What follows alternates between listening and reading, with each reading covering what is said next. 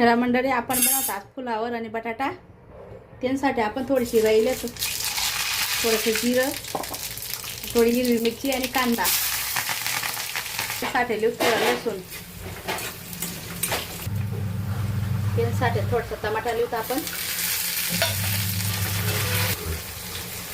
आणि एका फुलावर आणि बटाटा लिहितात आपण. चांगला धुई टाका होता.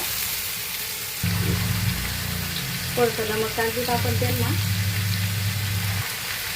थोडं तिखट नाही टाकतो आपण त्यांना,